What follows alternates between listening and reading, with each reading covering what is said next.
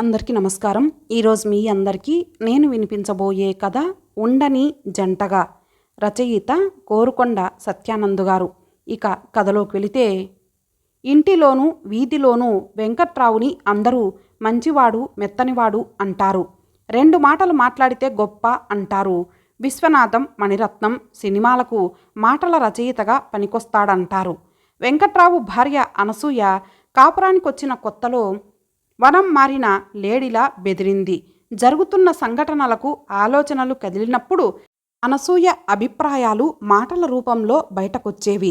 అనసూయ అన్న మాటల్ని ఎవరైనా చెప్పినప్పుడో, తనే విన్నప్పుడో, అనసూయ తనతో అన్నప్పుడో వెంకట్రావు సందర్భానుసారంగా కొన్ని విషయాల్ని వివరించేవాడు. అనసూయ, అమ్మా నాన్నలు అందరికంటే నన్నే అల్లారు ముద్దుగా పెంచారు. ప్రేమనెక్కువ నాకే పంచారు. ఆ ప్రేమ నీ మీద కూడా ఉంటుంది. అది నా నమ్మకం, నిజం కూడా. అమ్మ ప్రేమే ఆడవాళ్లను అలా మాట్లాడిస్తుంది. తన స్థానాన్ని కోడలు ఆక్రమిస్తుందేమోనని తల్లి భయపడుతుంది. ఆ భయానికి సంకేతాలే అమ్మ మాటలు. అంతేకాని నిన్నొక బానిసలాగానో పరాయిదానిలాగానో చూడ్డం కాదు. మనం ఆనందంగా ఉంటే ఈర్ష్యపడ్డమూ కాదు. నువ్వు పెద్ద కోడలివి. పెద్దరికానికి హక్కుల కంటే బాధ్యతలే ఎక్కువ ఉంటాయి. మెదడుతో కంటే మనసుతోనే ఎక్కువ ఆలోచించాల్సి ఉంటుంది. కుటుంబ సభ్యులు ఎప్పుడూ పోటీ పడకూడదు, పోరాటం సలపకూడదు. ఇది మా కుటుంబం అనే ఆరాటం ఉండాలి. దాన్ని అందరికీ నీవే నేర్పాలి. నేర్పే ప్రతి వాళ్ళకి నేర్పు నైపుణ్యమే కాదు, ఓర్పు కూడా ఉండాలి. వరండాలో నాన్న పేపర్తోనో పిల్లలతోనో, వంటగదిలో అమ్మ ఏది అందిస్తూనో అంటూనో వాళ్ళు లేకపోతే ఇంటికి కల వస్తుందా? మనకి 4 పిల్లలు అనసూయ. 2 మగపిల్లలు, 2 ముసలి పిల్లలును. వెంకట్రావు మాటలకు అనసూయ ఆలోచనల్లో మార్పు వచ్చింది. పెదవి కదిపే ముందు ఆలోచించడం మొదలుపెట్టింది. అవసరమైతే భర్త సలహా తీసుకునేది. అతనిలో ఏ దేవత మార్దవాన్ని నింపేదో ఆ గొంతు పలికే మాటలకు అనసూయలో ఆవేశము, ఉద్వేగము తగ్గిపోయేవి. కుటుంబం పట్ల ఆపేక్ష పెరిగింది. అందరూ తనవారు అన్న భావన కలిగింది. అది క్రమంగా పెరిగింది. అప్పటికి మిగిలి ఉన్న ఆడపడుచుల పెళ్లిళ్లలో వాళ్లకు తల్లిగా మసిలింది. తన కూతుళ్ళు అత్తవారిళ్లకు వెళ్ళినట్లే కన్నీరు పెట్టుకుంది. వాళ్ళొచ్చినప్పుడు అంకిత భావంతో పెట్టుపోతల విషయం చూసింది.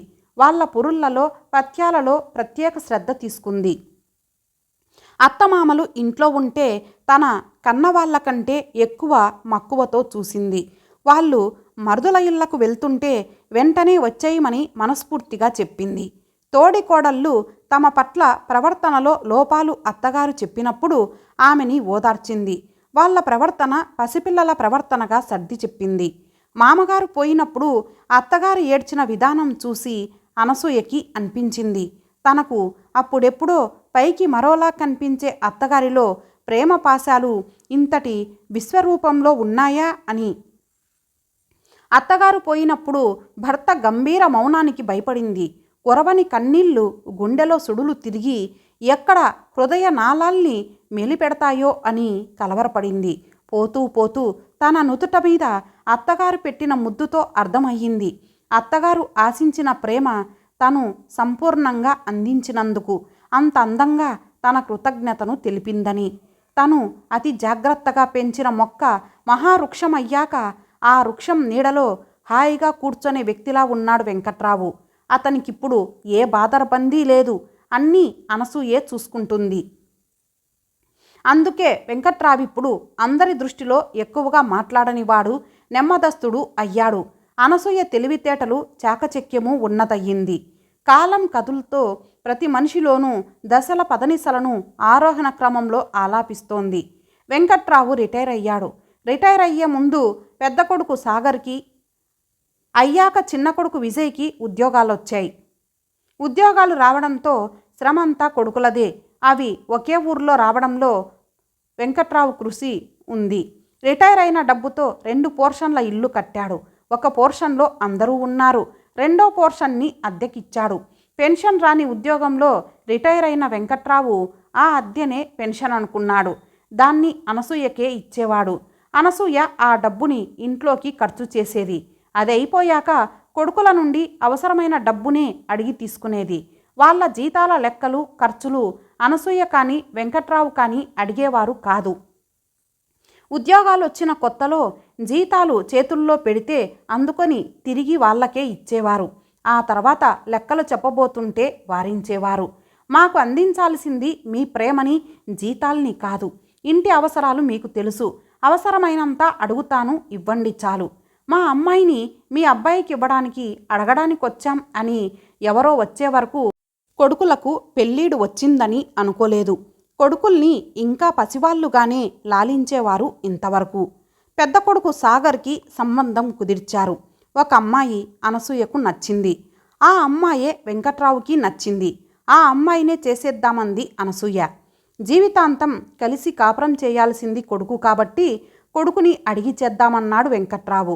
మన ఇష్టమే వాడి ఇష్టం అంటాడు చూడండి అంది అనసూయ. అవుననుకో, కానీ అడగాల్సిన బాధ్యత మనకుంది కదా అని అన్నాడు వెంకట్రావు. సాగర్తో ఈ అమ్మాయి మాకు నచ్చింది అన్నారు. కొడుకు అభిప్రాయం అడిగారు. తనకు నచ్చింది అన్నాడు సాగర్. అయితే ముహూర్తాలు పెట్టేసుకుందామని కబురు చేసేద్దాం అన్నాడు వెంకట్రావు. కానీ సాగర్ వద్దన్నాడు. వెంకట్రావు, అనసూయ ఆశ్చర్యంగా అడిగారు ఎందుకని.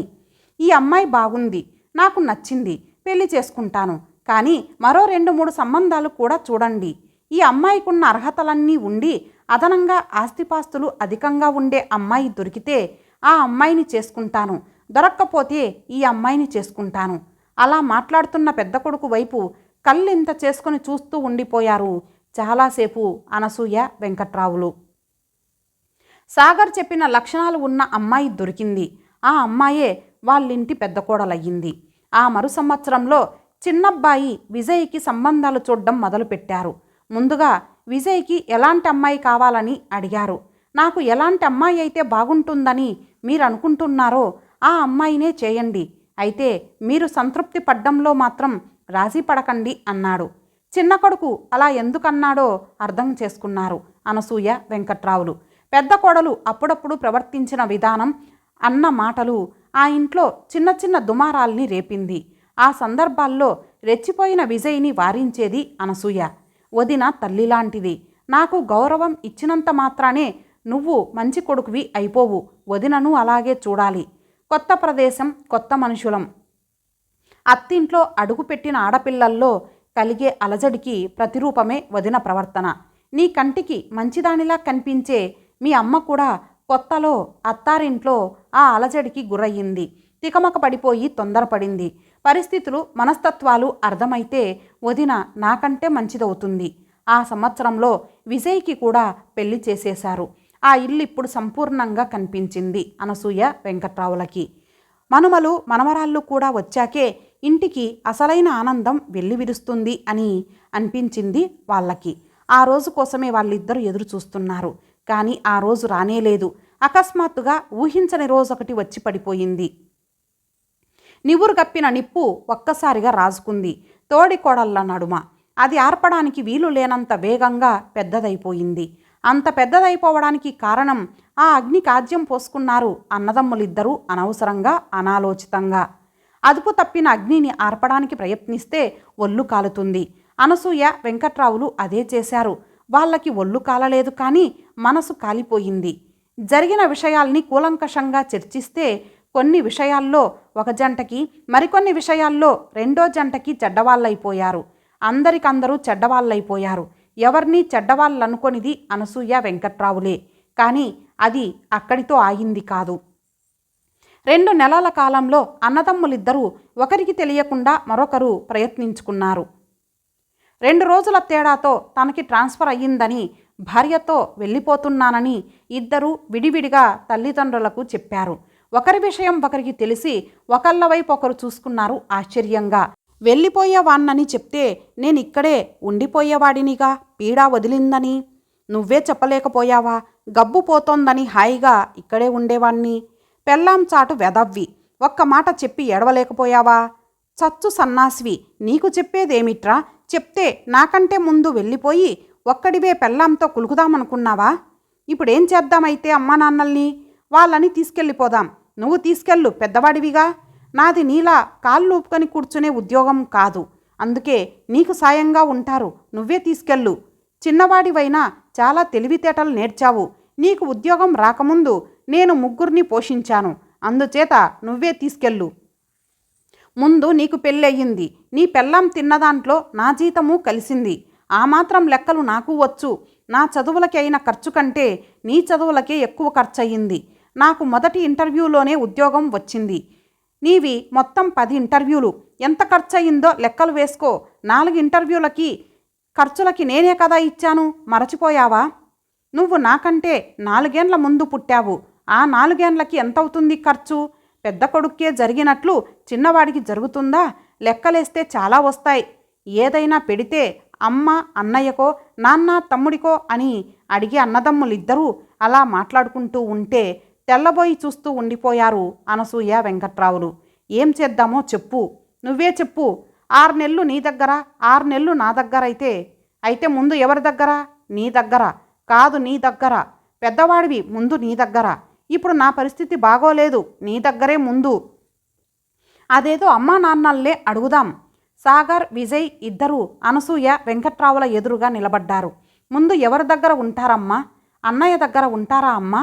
తమ్ముడి దగ్గర ఉంటారా అమ్మా? అనసూయ, వెంకట్రావులకు ఏమనాలో తెలియలేదు. అప్పటికప్పుడే ఆకాశాన్ని మబ్బులు కమ్మేసి వానగా మొదలై జడివానై ఊర్లనే ఊడ్చుకుపోయిన దృశ్యాన్ని చూస్తున్న వారిలా ఉండిపోయారు. ముందుగా తేరుకుంది అనసూయ. మీ ప్రశ్నలకు ఏ తల్లిదండ్రులు సమాధానాలు చెప్పలేరురా, కానీ చెప్పక తప్పదు. నాన్న, మీరు చెప్పండి.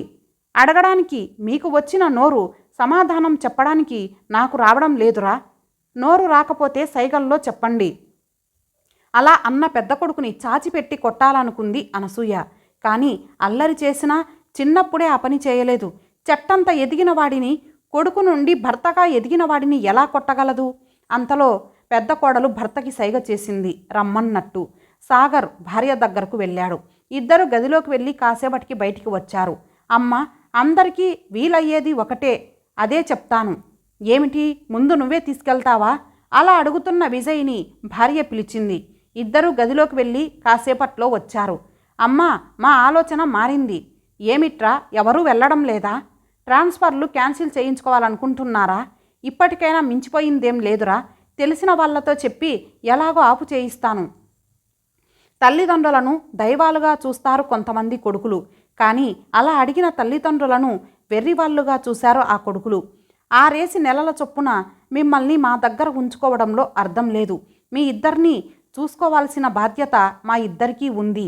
అందుకే మీరిద్దరూ ఎప్పుడూ మా దగ్గరే ఉండాలి. విజయ్ చెప్తున్న మాటలు తల్లిదండ్రులకి సరిగ్గా అర్థం కావడం లేదని అర్థమైంది సాగర్కు.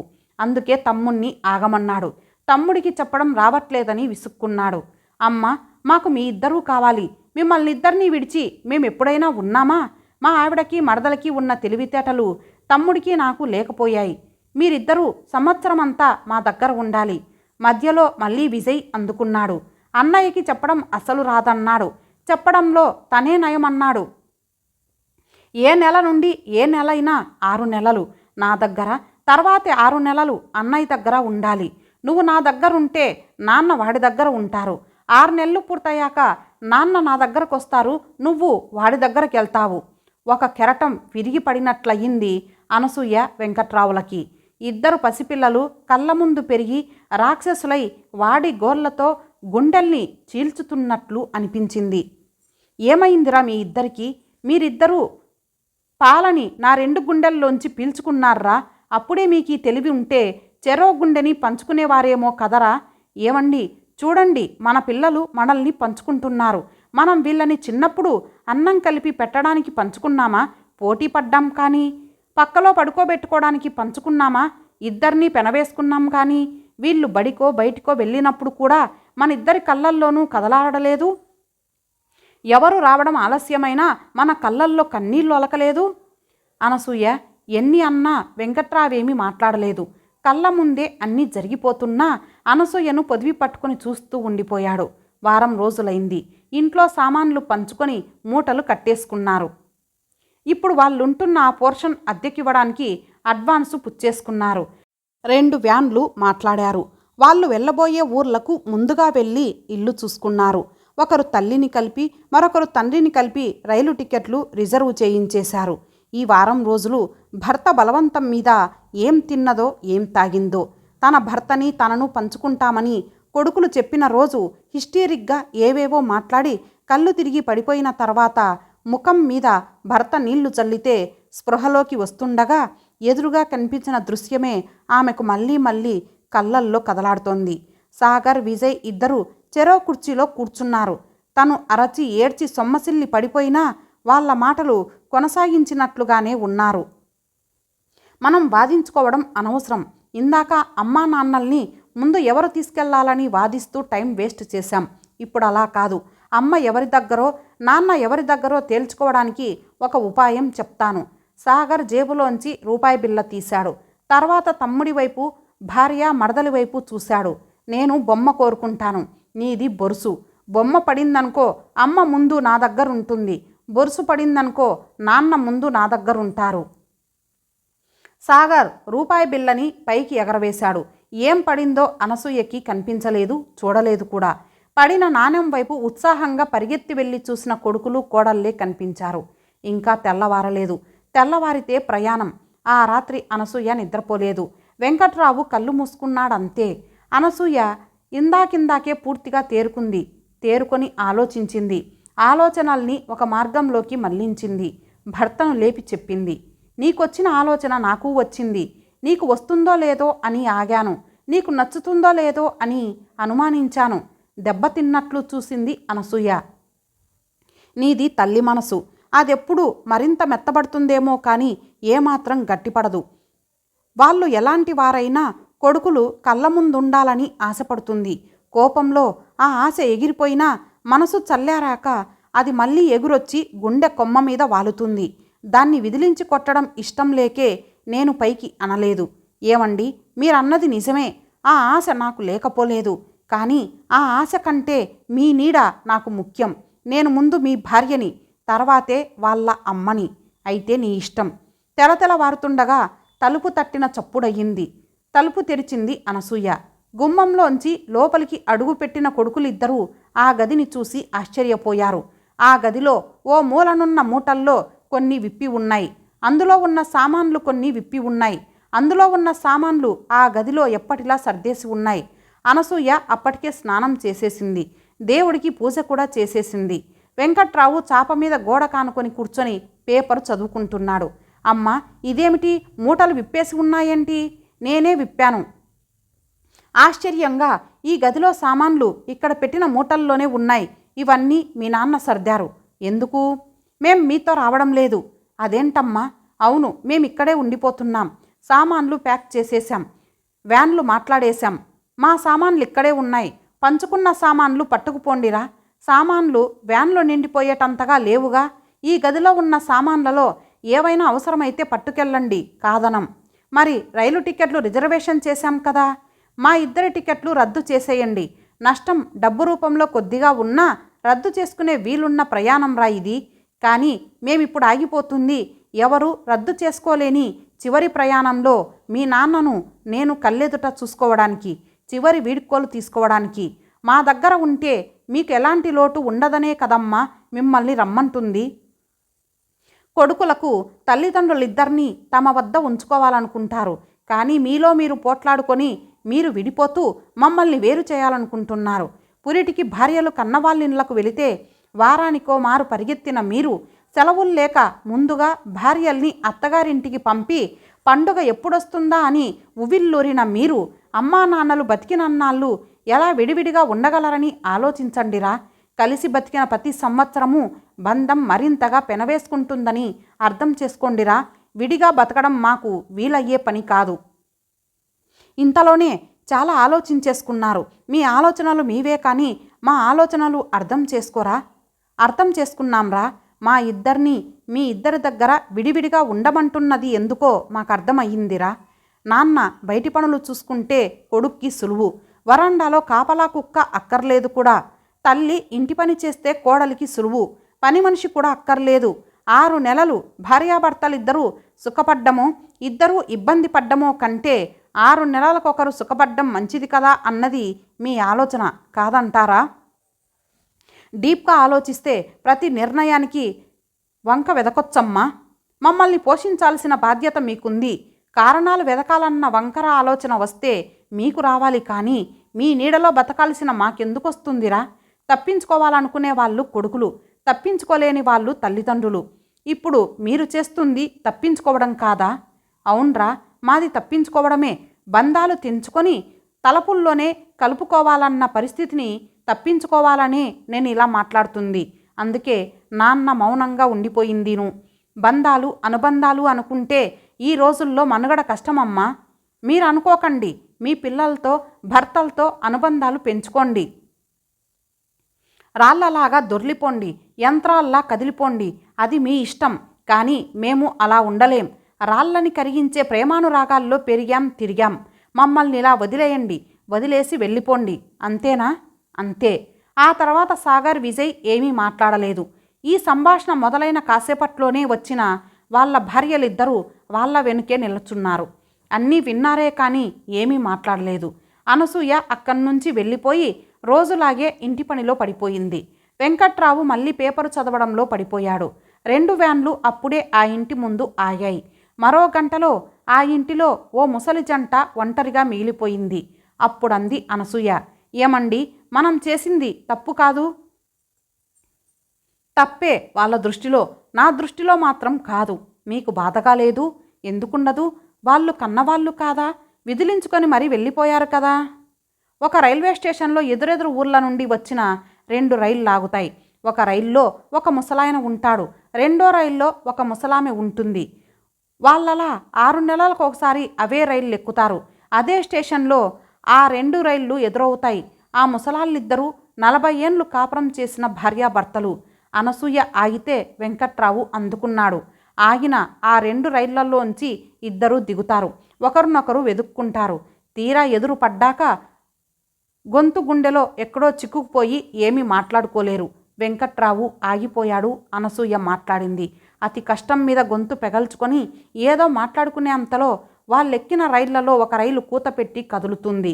40 ఏళ్ల కాపురాన్ని ప్లాట్ఫామ్ మీద వదిలేసి తడబడే అడుగులతో రైలెక్కి అనసూయ మాట్లాడలేకపోతుంటే వెంకట్రావు మొదలుపెట్టాడు.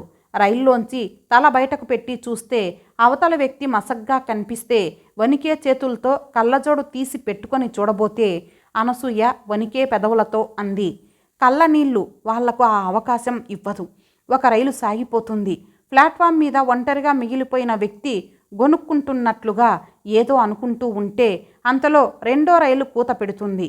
పుట్టెడు దుఃఖంతో సాగని అడుగుల్ని ఉస్సూరని వేసి ఆ రైలు ఎక్కక తప్పదు. వెంకట్రావు గొంతు పూడుకుపోతున్నా మాట్లాడాడు. ఒక్కోసారి ఆ రైళ్లలో ఏదో రైలు ఆ స్టేషన్కి టైంకి రాదు. ఆ మర్నాడో ఆ తర్వాత రోజో రైళ్లు 2 మళ్ళీ ప్లాట్ఫారం మీద కలుసుకుంటాయి. కానీ ఆ వృద్ధ దంపతులు మళ్ళీ అలా కలుసుకునేది మరో 6 నెలల తర్వాతో, ఆ 6 నెలల తర్వాతొచ్చే 6 నెలలకో. అప్పటికి అనసూయ బోరున ఏడ్చేసి వెంకట్రావు గుండెల మీద పడిపోయింది. వెంకట్రావు అనునయంగా ఆమె వీపు నిమురుతూ అన్నాడు, అంత భయంకరమైన సంఘటన మన కళ్ళల్లో కదలాడుతున్నదంటే మనకి కొడుకుల కంటే నేనంటే నీకే, నువ్వంటే నాకే ఎక్కువ ప్రేమ, నమ్మకం అని అర్థం. వాళ్ళు వెళ్ళిపోయారన్న బాధ కంటే మనం విడిపోలేదన్న ఆనందమే ఎక్కువైనప్పుడు ఎందుకు అనసూయ నువ్వింకా దిగులుగా ఉంటావు? లే, ఈ జీవితం మనది, మనమే అనుభవిద్దాం. అప్పుడు కొద్దిగా తేరుకుంది అనసూయ. పాల ప్యాకెట్లు తీసుకురావడానికి వెళ్తాను. ఈలోగా టిఫిన్కి ఏర్పాటు చేయి, ఆకలిగా ఉంది. వచ్చేటప్పుడు లేత వంకాయలు చిన్నవి తీసుకురండి. మీకిష్టమైన మువ్వంకాయ కూర వండుతాను. ఇంతటితో ఈ కథ సమాప్తం. మరొక మంచి కథతో కలుద్దాం. అంతవరకు సెలవు. నమస్తే.